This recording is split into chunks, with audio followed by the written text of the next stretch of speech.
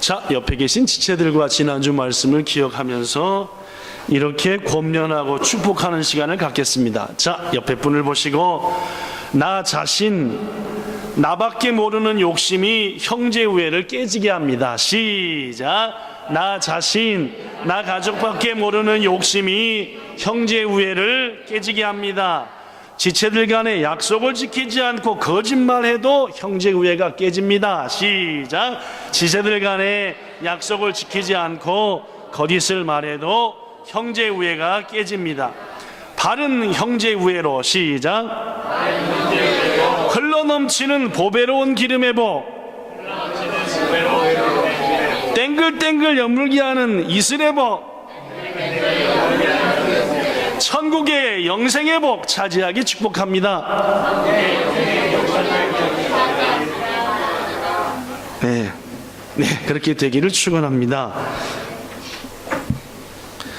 오늘 저는 여러분에게 한 사람을 소개하려고 합니다. 그 사람의 이름은 조금 발음하기 어려운데 느부갓네살. 시작. 안 하는 분이 계신데 한번 해보십시오. 느부갓네살. 네, 이 사람은 신바벨론 제국의 두 번째 왕으로서 2대 왕입니다. 2대. 네, 지금으로부터 약 2600년 전, 그러니까 예수님 오시기 600년 전 약 그때의 바벨론을 44년간 다스린 왕입니다.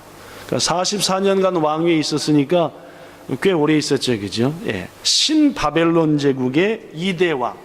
이 느부갓네살이라고 하는 왕은 왕이 되어서 한 여러 전투 중에서 특별히 가장 승리했던 전투가 갈그미스라고 하는 곳에서 이집트 왕과 전쟁을 했습니다. 이집트, 그러니까 애굽이죠. 성경에 쓴 거죠. 대승리를 거두었죠. 그래서 그의 통치의 범위가 메소포타미아 지역부터 시작해서 근동과 이집트까지 펼쳐지는 대단히 힘있는 왕이었던 왕이 느부갓네살이었습니다. 그는 왕위에 2대로 올라가지고 2대 왕으로 올라가지고 큰 승리를 거둔 다음에 수리아, 그러니까 이스라엘의 주위에 있는 나라들입니다. 지금 보면 이스라엘의 오른쪽에 지금 말입니다. 지금 요르단이라는 나라가 있고 바로 위에는 레바논, 그 바로 위에는 요새 한참 문제가 되는 어느 나라죠? 시리아, 그 위에는 터키, 뭐 이런 이쪽 이 근동의 나라들, 이 나라들의 사람들을 부지기수로 끌고 갔습니다. 바벨론으로 데리고 간 이유가 뭐냐? 건축 사업을 펼쳤습니다. 왕궁을 새롭게 건축하고 도로들을 내고 성벽들을 구축하고 많은 성문도 만들고, 그가 만든 성문 중에 이시타르라고 하는 성문이 있는데 그 성문은 2600년이 지난 지금도 남아있는, 얼마나 문을 튼튼하게 만들어놨으면 2600년 지났는데 아직까지 있겠냐. 또한 이 느부갓네살은 왕위에 오른 다음에 이스라엘을 몇 차례 침공했습니다. 특히 예루살렘을 말입니다. 침공해가지고 수많은 유다인들을 죽였고 또 왕의 눈을 빼버렸고, 잔혹한 왕이죠, 그죠? 더구나 우리들이 잘 아는 다니엘이라든지 그 세 친구들, 많은 포로들을 끌고 가버린 왕이 느부갓네살. 즉 유다가 망하게 한 왕이 바로 바벨론의 이 느부갓네살 왕입니다.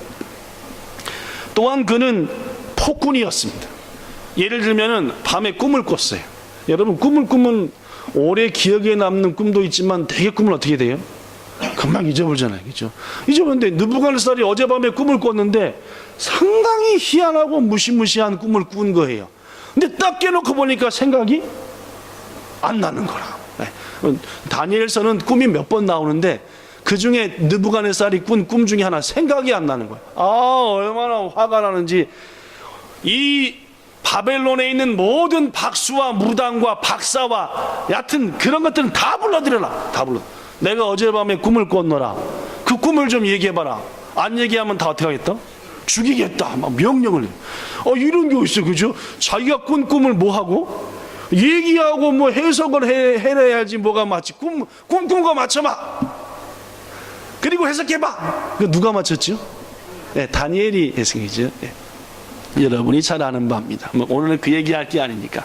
즉 그럴 정도로 자기 마음대로 자기 꿈 말도 안 하고 알아내라 그러고 안 그러면 죽인다 그러고 이런 왕이 바로 느부갓네살이었습니다. 또 느부갓네살 하면 생각나는 게 커다란 들판에다가 높은 금신상을 만들어 놓고 온 신하들과 백성들을 부른 다음에 음악에 맞춰 이 신상이 뭐하라? 경배하라. 경배하지 않으면 어떻게 하겠다? 풀무불이라고 요새로 말하면 용광로 같은 거를 만들어 놓고 거기다가 던져 죽여버리겠다. 그때 죽음에 빠질 뻔했던 사람이 누굽니까? 사드락과 메삭과 아벳느고. 우리가 아는 얘기. 이런 왕이 누굽니까? 느부갓네살이에요. 교만하기까지 했습니다. 힘도 세지, 전쟁에 가면 이기지, 호전적이지, 그러면서도 건축을 즐겨했고 폭군이며 잔인했으며, 그러면서도 이 왕은 교만하여 본문 30절에 보니까 어느 날, 야, 이 큰 바벨론을 봐라. 이렇게 이 나라가 강성해지고 커진 게 다 누가 한 거다? 내가 한 거다. 내가 아니면 이 나라를, 이 왕국을 누가 이렇게 했겠냐 하고 하면서 스스로 자기를 높이는 이 왕이 또한 느부갓네살이었습니다.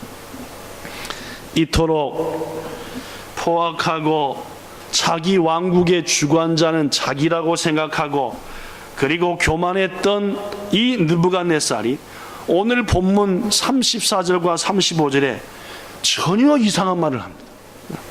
전혀 안 교만해요. 전혀 포악하지 않습니다. 막 하나님을 막 높입니다. 자기가 신이라고 했던 자가 하나님을 막 높이면서 하나님 같은 신이 어디 계시냐? 자 볼까요? 34절 35절 읽어볼까요? 여기 있습니다. 여기도 써졌습니다. 여기서 내는 당연히 느부갓네살이 시작 내가 지극히 높으신 이에게, 여기서 지극히 높은 하나님입니다. 하나님께 감사하며 영생 시작 영생하시는 이를 찬양하고 경배하였나니. 영생하시는 이 누구겠어요? 당연히 하나님입니다. 하나님을 찬양하고 경배하였나니 하나님의 권세는 뭐한 권세요? 하나님의 나라는 어디까지 이르고 땅의 모든 사람들을 하나님은 뭐같이 여기시며 하늘의 군대든지 땅의 사람이든지 누구에게든지 하나님이 무슨 뜻대로 한다? 자기 뜻대로. 고로 어느 누가 하나님의 손을 금할 수도 없고 뭘 하느냐라고 하나님 앞에 말할 수도 없다. 즉 내 힘으로 다 된 거다라고 외쳤던 느부갓네살이 어느 날 갑자기 하나님을 막 찬양하더니 이 모든 세상의 것들은 누가 다 주관하시는 것이다, 이렇게 바뀌어버렸다는 말이에요. 여러분, 도대체 이 느부갓네살한테 뭔 일이 있었기에 그토록 교만하고 포악했던 무엇보다 자기를 믿었던 그가 하나님을 높이는 왕이 되어버리고 말았냐 그 말입니다. 도대체 뭔 일이 그에게 있었겠냐? 아니, 한 걸음 더 나아가 하나님이 느부갓네살한테 뭘 하셨겠냐?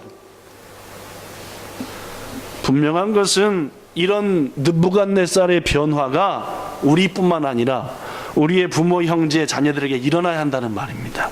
내 중심, 내가 했던 사람이 누구 중심으로? 하나님 중심으로 바뀌어야 돼.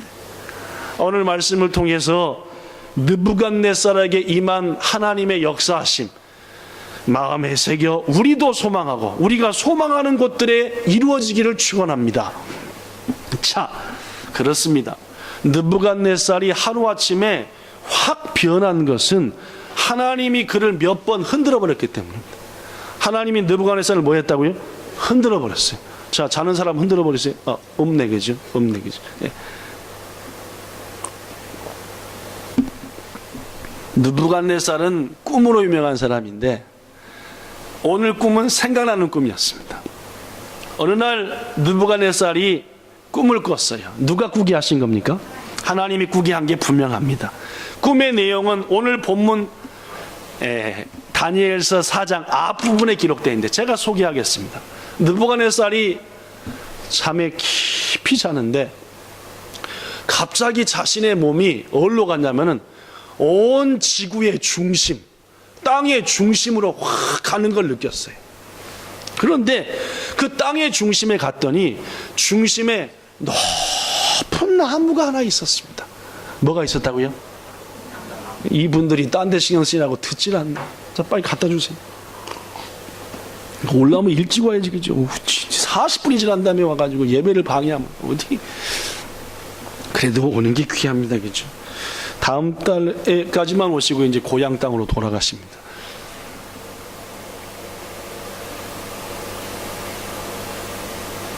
자, 느부갓네살이 왜 하루아침에 변했는가? 거기에는 첫 번째 뭐가 있었다? 꿈이 있었다. 꿈. 그가 꾼 꿈입니다.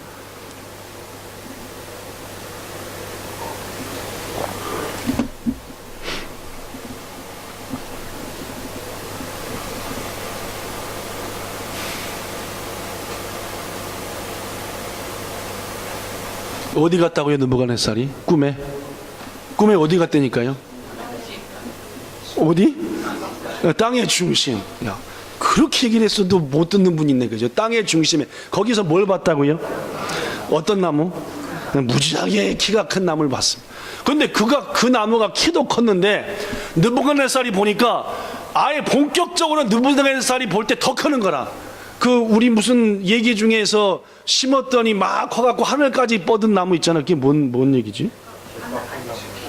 제키와 콩나무인가? 자키? 하여튼 그거 있잖아요. 그죠? 그런 것처럼, 이 나무가 쑥 해가지고 느부갓네살이 보니까 어디까지 닿았어요? 하늘까지 닿았어요. 이 나무가 크기만 게 아니면 넓기도 얼마나 두껍던지. 그런데 이파리를 봤더니 이파리 하나하나가 이제까지 느부갓네살이 본 적이 없을 정도로 아름다워. 더구나 거기에 뭐가 열렸어요? 열매가 열렸는데 얼마나 탐스럽던지 세상 모든 사람이 그 나무의 열매만 먹고도 살 것 같아. 더구나 그 나무에 뭐가 몰려오기 시작하느냐? 새들이 몰려와서 그 나무가지에 깃들이고 세상 모든 새가 다 온 것 같아요. 또 모든 짐승이 와가지고 그 나무 밑에 다 사네. 이야, 느부갓네살이 생각했어요. 대단한 나무다. 이렇게 신기하고 멋있는 나무가 있구나. 그거 있잖아, 우리 몇 년 전에 유행했던 막 이상하게 얼굴 퍼렇고 한 것들이 뭐지 그게? 얼굴 퍼런 막 새 타고 날아다니고 막 하던 그 얼굴 거기 보면 그 나무 있죠. 큰 나무. 하여튼 그보다 더 큰 나무였겠죠. 하여튼 무지막지한 나무를, 야, 멋있다. 그런데 갑자기 그 나무를 보면서 해 하고 있는데 하늘에서 순찰자라 이름하는 분이 확 내려오더니 큰 소리로 당장에 저 나무를 패버려라. 가지는 다 도끼로 잘라버리고 열매는 털어버리고 거기 있는 모든 동식물들은 다 쫓아내버려라. 아니나 다를까 그냥 사정없이 잘라버리고 다 털어버리고 다 없어져. 또한 하늘의 순찰자가 말하기를 이 나무가 마음이 변하여 사람의 마음 같지 않고 이제부터 뭔 마음이 되더라? 짐승의 마음이 되어서 7대를 보내리라. 뭐 이런 꿈을 밤에 꾼 거예요. 희한해요, 안 희한해요? 이야, 2600년 전에 느부갓네살이 꾼 꿈입니다. 얼마나 생생히 기억나요. 지난번에도 꿈을 해석해 줬던 다니엘을 불렀습니다. 다니엘아, 내가 어저께 밤에 꿈을 꿨는데 기가 막히게 무섭고 희한한 꿈을 꿨다. 내용이 이렇다 라고 쭉 얘기해서 해석을 요구했습니다.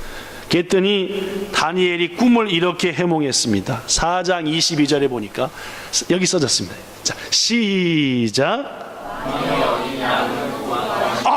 이 나무는 누굴 상징하는 거다? 느부갓네살 왕을 상징하는 겁니다. 계속 시작. 왕이 자라서 견고하여지고 아하, 느부갓네살 왕이 엄청난 위대한 왕이 될 것입니다. 세계 모든 만민이 왕 밑에서 평안을 얻을 것입니다. 뭐 그런 얘기. 그러냐? 여기까지 듣고 보니까 좋아요, 안 좋아요? 그러나 머릿속에 지금 뭐가 남았어요? 나무가 뭐 한 것을? 잘리는 것을 느부갓네살. 이어서 말합니다. 순찰자가 와서 한 말은 이런 뜻입니다. 25절 시작.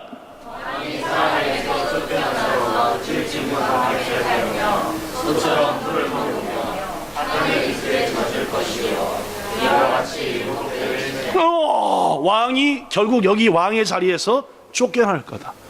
그래갖고 좀 미치광이가 돼가지고 뭘 먹고 살아요? 풀 먹고 살게 될 것이다. 몇 대를 보낼 거다? 7대, 역사는 7년일 것으로 예상돼. 7년을 보낼 것입니다. 그 7년 후에 이어서 뭐라고 말하냐면은 지극히 높으신 분이 이 세상 모든 나라를 다스리시며 자기의 뜻대로 누구에게든지 주시는 줄을 알 때까지 당신 느부갓네살께서 이 모든 걸 주관하는 분은 당신이 아니라 누구신 것을? 하나님이신 것을 알 때가 될 거다. 몇 년쯤 지나면? 그때야 또 당신한테 뭐의 기회가? 회복의 기회가 올 겁니다. 라는 얘기를 하는 거예요. 다니엘은 말하기를 이어서 27절에 이런 말을 했습니다.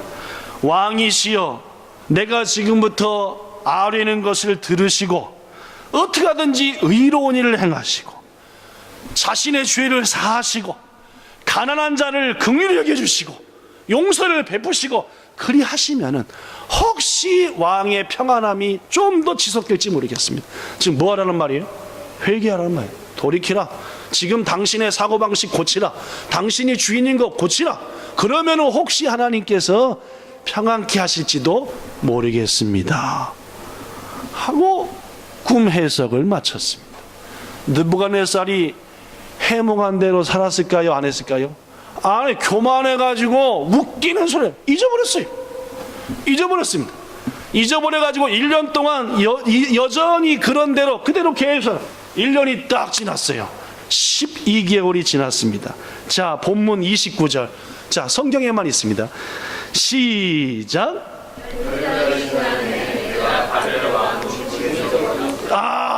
뭐 한지 12달이 지난 거예요. 아까 그 꿈을 꾼 지 12달, 즉 1년이 딱 지났어요. 어딜 걸어다녔어요 지금? 왕궁의 지붕 위를. 그렇죠? 그쪽 근동 지역은 이렇게 된 지붕이 아니라 우리 교회처럼 이렇게 된 지붕이니까 걸어다닐 수가 있는 거라 그죠?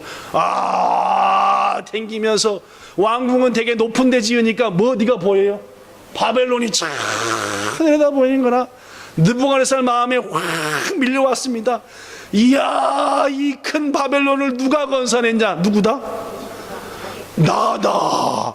내가 아니면 어떻게 이 바벨론이 됐겠냐 하면서 생각만 한 게 아니라 성경에 보니까 뭐까지 했어요? 혼자 얘기까지 안 해.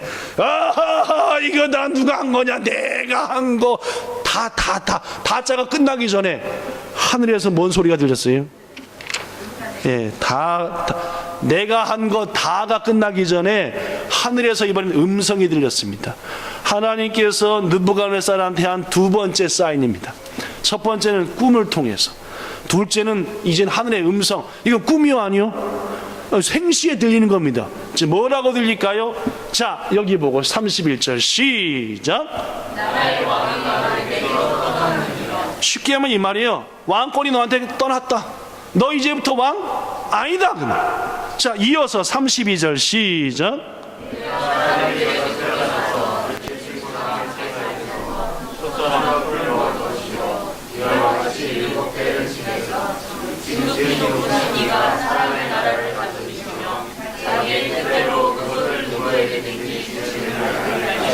이야, 이 말은 치는 1년 전에 느부갓네살이 어디서 들은 말이요?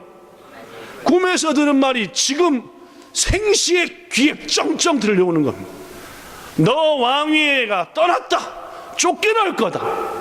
7년 있다 깨우칠 거다. 이 모든 우주 만물을 다스리는 분은 네가 아니라 누구인 것을? 하나님. 그러면 너한테 동시에 느부갓네살의 정신이 혼미해지고 미치광이가 되니까 결국 느부갓네살은 왕의 자리에서 쫓겨나 버리고 말았습니다. 7년 동안 소처럼 풀을 먹었습니다. 집도 없었고 손톱이 이렇게 자라고 독수리처럼 머리털 이렇게 자라고. 여러분 성경 인터넷에 느부갓네살이라고 검색해 보면은 어디 꼭 사자같이 생긴 거 있어요. 이렇게 이러고 이게 느부갓네살의 모습이에요. 그리고 7년이 지났습니다. 34절 시작. 여기서 그 기한은 뭔 기한이겠습니까? 7년. 그 7년이 왜 중요합니까? 느부갓네살의 마음이 뭐 한 거예요? 바뀐 거예요. 이제까지 누구 중심이었다가 누구 중심으로 바뀐 그 7년입니다. 그 7년이 지난 후 이 느부갓네살이 어디를 봤어요? 이게 중요해요. 아하! 이제까지는 땅만 쳐다봤어요. 누가 최고 높으니까? 이제는 자기가 최고 낮으니까 어딜 봐요? 물론입니다. 그리스도인들은 어떤 자든지 아십니까? 내가 최고 낮고 다른 이게 그리스도인이라. 세상 자들은 밑에만 봐. 이렇게 이게 아닙니다. 그죠? 우러러봤더니 하나님께서 그에게 아름답고 귀한 새 마음을 주신 줄로 믿습니다. 총명을 되돌려 주셨다는 거예요. 사람의 마음을 되돌려 주셨어요. 하나님께서 느부갓네살한테 주신 세 번째 사인입니다. 7년이 지난 후 새 마음이 왔어요. 사람의 마음이 왔어요. 하나님 중심으로 사는 새로운 사람의 마음이 왔다는 말이에요. 느부갓네살은 그래서 오늘 말하는 겁니다. 34절과 37절까지 내가 최고 잘난 자라는데 누구시다? 이 모든 만물을 다스리시는 분은 하나님이시다. 사람 하나하나 만물 하나하나 인도하시는 분도 다 하나님이시다. 이것을 누구한테 알리고 싶었어요? 온 백성한테 알리고 싶었습니다. 바벨론의 온 백성한테. 그래서 조서를 썼어요. 왕이 내리는 글. 그 조서의 초반부가 다니엘서 4장 1절부터입니다. 자, 읽어봅시다. 다니엘 4장 1절부터 3절 시작.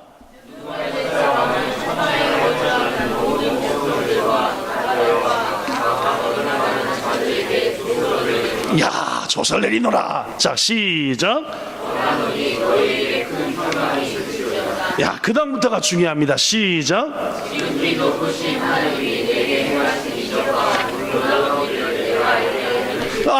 지난 몇 년 동안?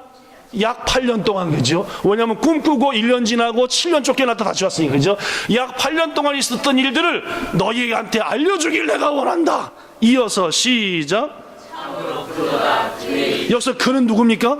하나님. 참으로 능하도다 그의 놀라운 일이요 그의 나라는 뭐하고 그의 통치는 뭐하고 오로지 하나님만 통치한다. 그렇습니다. 희대의 폭군이고 교만했던 느부갓네살이 누구를 전하는? 하나님을 전하는 전도자로 변화되는 순간입니다. 이 사람을 변화시킨 분이 누구십니까? 하나님이요. 저는 이런 축복이 여러분과 저와 우리의 가족들과 형제들에게 있기를 축원합니다. 하나님이 느부갓네살을 뭐 해버렸다고요? 흔들어버렸어요. 그러니까 오늘부터 기도해야 돼요. 내가 자꾸 누구 중심 되면? 그러면 어떻게 해야 돼요? 하나님 오늘 나를 확 흔들어버려. 이번 18호보다 더 센 놈으로 그냥 와 25가 온답니다. 20호, 그죠? 이야, 20호는 18호보다 더 세대요. 지금 19호가 어디 간지 아시죠? 대만 지나서 홍콩 가는데 난리가 났습니다. 이번에 18호가 980, 70 이렇게 왔거든요, 동경에. 그런데 태풍은 낮을수록 센 놈이요. 저기압이 똘똘 뭉친 거니까 낮을수록 세요, 태풍은. 근데 지금 홍콩 간 건 920이래요. 980, 70에 그 정도니까 920은 어떻게 되는지 알겠죠? 가운데 바람이 60, 70씩 분대요. 초속 6, 70이니까 1초에 하면은 여기 바람이, 여기 있던 바람이 저기 갔다 왔다 다시 저기 간대. 그 우리 어떻게 하겠어요? 날아가는 거죠. 근데 20호가 그 정도. 겁나서 안 되겠다, 그죠? 하나님 대충 흔드십시오, 그래야 되겠다, 그죠? 이게 여러분과 제가 자꾸 내 중심으로 살면은 18호처럼 흔들지 마시고 적당히 흔들어 주세요. 여하튼 사정없이 하나님이 누구를 흔들어 버렸어요? 느부갓네살. 1960년대 미국에 한 사회 계층이 생겼는데 이른바 히피족이랍니다. 이 히피족이 왜 히피족이냐 하면은 이 당시에 월남 전쟁이 있었어요. 미국은 아주 골치 아픈 전쟁이었습니다. 이걸 뭐 어떻게 할 수도 없고 결국은 손 들고 젖소하고 나온 전쟁이 월남 전쟁인데, 이 히피족들은 나라에서 전쟁에 갑시다고 징집장, 이 뭐라 그러지? 이게 영장을 보내면 찢어버렸어요. 뭐야 이거 도대체? 나라가 우리한테 해준 게 뭐 있는데 우리가 나라를 위해서 목숨을 버려? 골치 아팠어. 그로부터 20년이 지난 후에 미국에는 새로운 계층이 생겼는데 이른바 유피족이래요. 이 유피족은 뜻은 뭐냐면은 도시의 젊은 전문인들 이런 뜻인데, 이 유피족의 특징은 사회나 기성세대에 안 덤벼요. 안 덤빕니다. 그러다 보니까 문제가 안 돼 보여요. 일반적인 시각으로 볼 때 전혀 문제 없습니다. 히피하고 비교할 때 유피는 훨씬 훌륭해요. 그런데 이 유피족의 특징은 뭘 하든지 성공, 돈, 이익과 연관시켰어요. 아시겠습니까? 그들의 가치관에서 가장 중요한 건 성공과 돈이에요. 나한테 이익 안 되면 안 해요. 돈 돼야 하는 거예요. 나한테 유익돼야 하는 거예요. 이들에게서 순수한 섬김과 겸손은 좀처럼 찾아볼 수 없어요. 성공과 돈으로 자신들의 삶의 방향을 정했고 자신의 이익을 따라서 자신을 성장케 한 직장도 사람도 쉽게 버리고 못. 교회도 신앙도 국가도 이익과 연관시켰고, 방해가 되면은 가족도 자식도 포기하고 오로지 돈과 성공을 위해서 나가는 무리들이 유피족일 때, 문제는 이러한 생각을 가진 사람들이 1980년대 미국에 가득했고 그 생각이 순식간에 한국과 일본에도 들어왔다는 것입니다. 교회도 말입니다. 오늘날 교회 안에도 뭘 하든지 성공과 돈, 이익과 연관시키는 사람들도 있습니다. 그래서 제가 이름 붙여요. 유피족 크리스천. 유피 크리스천. 분명한 것은 이런 유피족들은 지금 그 모습 갖고는 하나님 나라에 못 간다는 말입니다. 왜냐하면 성경은 너희 몸은 하나님께로부터 받은 바 너희 것이 아닌지를 알지 못하느냐. 너희 몸으로 하나님께 뭘 돌려라? 영광을 돌리라. 너희들은 먹을 마시든지 뭘 하든지 전부 다 누구에게? 하나님께 영광을 위하라. 이익을 쫓지 말고 물질을 쫓지 말고 명예를 쫓지 말고 하나님의 이름이 높아지는 걸 쫓아라. 이게 그리스도인. 성도 여러분, 느부갓네살은 7년이 걸려 깨달았습니다. 내가 주인이 아니다. 이 세상에 있는 모든 것들은 주님이 뜻대로 인정하신다. 그런데 오늘날 많은 그리스도인들은 교회된 지 7년이 아니라 20년이 지나도 못 깨닫는 거라. 누가 주인이요? 자기가 주. 저는 거듭 부탁드리니 혹시 자신이 주인으로 살거들랑 흔들림을 차라리 소망하셔야 됩니다. 제가 여러분에게 얼마 전에 소개한 19세기 러시아의 대문호 도스토예프스키라는, 이 도스토예프스키는 28살에 사형 선고를 받았습니다. 당시 황제가 니콜라이 1세라는 분이었는데, 이 도스토예프스키는 반역을 꾀했다 해가지고 법정에서 사형 판결을 받았어요. 그의 나이 28살이었습니다. 하얀 옷을 입고 눈이 가려지고 총살을 당하려고 사형장에 딱 섰습니다. 도스토예프스키의 글에 의하면은 사형 집행관의 소리가 들려왔어요. 준비! 조준이 뭐예요? 이제 사형당할 것을 향해서 총을 겨누라 그 말입니다. 이제 뭐만 하면 끝나는 거예요? 발사하면 끝나는 건데, 할 때 멈춰라! 어디 드라마에서 많이 본 황제가 특사를 보냈습니다. 뭐 해줘라? 목숨은 살려줘라. 곧바로 도스토예프스키는 시베리아에 있는 특별 감옥으로 이송되었습니다. 이송되는 과정에서 기차에서 한 여인으로부터 너무너무 귀한 걸 선물 받았대요. 뭐게요 혹시 아세요? 물론 성경을 선물 받았습니다. 그래서 그 성경을 가지고 감옥에 갇혀있는 5년 동안, 어떤 사람은 10년이라고도 얘기하는데 정확한 자료는 5년 정도로 보여요. 5년 동안 매일같이 성경을 봤습니다. 하나님이 도스토예프스키를 뭐 한 거예요 지금? 흔들었습니다. 그래서 자기 중심이었던 사람은 뭔 중심으로? 물론입니다. 5년 후에 도스토예프스키가 어떻게 바뀌었을지는 뻔하죠? 물론입니다. 그는 완전한 그리스도인으로 변화되어 나왔고, 자기 인생의 최고의 높이에 누구를 두신? 하나님을 둔 사람으로 변화되었다는 거예요. 귀하신 본향의 성도 여러분, 여러분과 저가 입으로만 하나님을 주인이라고 말하지 말고 실제 우리의 삶 생활 속에서 모든 부분에서 하나님이 우리의 주가 되도록 가장 높은 곳에 올려드려야 한다는 말입니다. 안 그러면 흔들리는 거예요. 이런 얘기를 소개하고 말씀 마칩니다.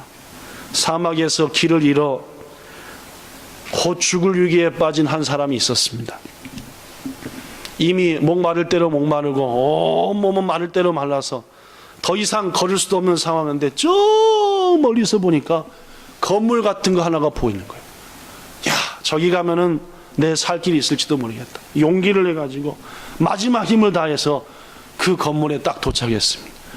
열었더니 껌껌한데 안에 뭐가 있는 거 가봤더니 이야, 펌프가 있는 거예요. 여러분, 사막에서 펌프는 어떤 거예요? 생명입니다. 그렇죠? 그래가지고 이야, 내가 살 기회를 얻었구나 했는데 보니까 메마른 펌프였어. 물이 안 나온, 물이 없는 펌프예요. 너무너무 실망하고 확 쓰러지는 이 사람의 손에 뭐가 하나 딱 잡히는 거. 봤더니 요만한 항아리였어. 항아리의 겉에는 편지 하나가 들었고 그 항아리에는 뭐가 들었을까요? 물이 들어있었습니다. 그 편지에 이렇게 써졌어요. 이 항아리에 있는 모든 물을 펌프에 부으세요. 그래서 생수를 얻으세요. 저를 꼭 믿으셔야 합니다. 꼭 믿으셔야 됩니다. 항아리에 있는 물을 꼭 다 부으세요. 그리고 생수를 얻으세요. 여러분 어떻게 하실랍니까?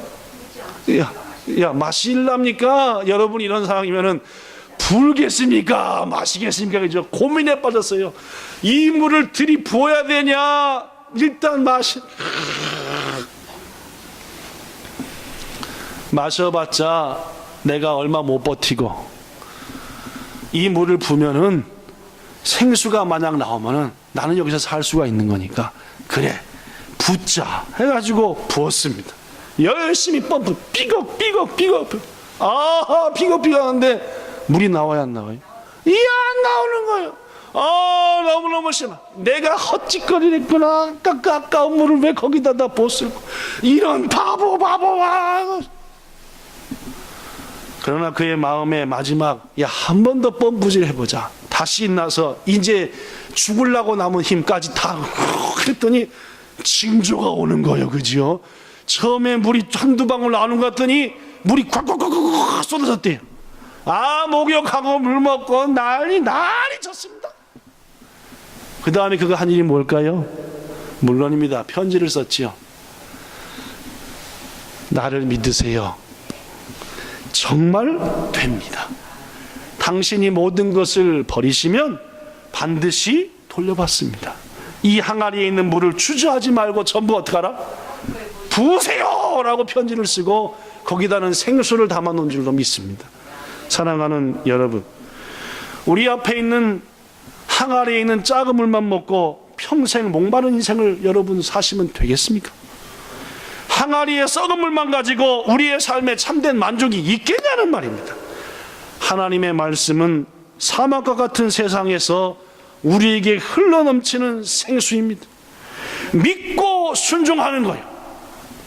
우리의 수많은 믿음의 선배들이 이 말씀을 믿고 말씀대로 살았습니다. 그들은 여기서 생명과 생수를 얻었어요. 그러나 오늘날 많은 그리스도인들은 붓지 않습니다. 말씀대로 안 해요. 그저 눈앞에 있는 것만 홀라당 먹고 말라 그래요. 우리가 우리의 인생을 좌지우지하려 하는 것, 그것은 눈앞에 있는 것만 꼴딱꼴딱 먹고 마는 인생과 전혀 다를 것이 없습니다. 예수님을 나 주인으로 모시고 주인이 원하는 인생, 즉 성경대로 사는 겁니다. 그리하면 느부갓네살이 깨달은 후 바벨론의 위대한 왕이 되었던 것처럼, 도스토예프스키가 위대한 문호가 되었던 것처럼, 바울이 이 흔듦에 있은 역사가 있은 다음에 위대한 선교사가 되었던 것처럼 우리도 기적의 중심에 서게 될 줄로 믿습니다. 말씀 마칩니다. 우리가 우리 앞에 있는 작은 것만 먹고 살려고 한다면 평생 목마를 겁니다. 그러나 우리의 모든 것들을 용기 내어 하나님께 맡기고 펌프에 불 때 그것이 포기하는 것 같고 인생을 망하게 하는 것 같지만, 그때부터 우리는 시원한 생수를 매일매일 마시게 되는 은혜가 있게 될 줄로 믿습니다. 여러분, 하나님께서 우리의 주인 되고자 하십니다. 그분이 자신의 모든 것을 우리한테 주시길 원하십니다. 그분께서 여러분과 저를 아들과 딸로 삼기를 원하십니다. 그걸 우리는 인정해야 됩니다. 하나님만이 나의 주십니다라고 말합니다. 우리의 삶 속에서 내가 물질을 따르지 않고 성공을 따르지 않고 썩어질 욕망 따르지 않고 주의 뜻만 따르겠습니다 라고 다짐해야 돼요. 이런 변화를 통해서 여러분과 저 이 시대의 유피족이 아닌 거룩한 하나님의 족속으로 하늘의 복을 누리며 아름답게 살다가 머지않은 날 주님 부르실 때에 할렐루야 하며 주를 맞을 수 있는 여러분과 저 되기를 예수님 이름으로 축원합니다. 기도하겠습니다. 주님, 하나님께서 느부갓네살을 흔드시고 도스토예프스키를 흔드시고 수많은 자를 흔드시니 그들이 변화되어 새 사람이 되어 하나님의 뜻을 이루는 자가 되었습니다.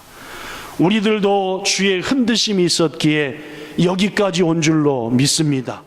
주여, 더 흔들림을 당하지 말고 우리의 중심을 바꿔서 주의 말씀대로 순종하며 살아 마치 항아리의 물을 펌프에 붓는 것 같은 아름다운 인생을 삶으로 말씀으로부터 매일매일 생수가 쏟아지는 복을 누리는 여기는 모든 본향 성도들 되게 해 주시옵소서. 예수님 이름으로 기도드리옵나이다. 아멘.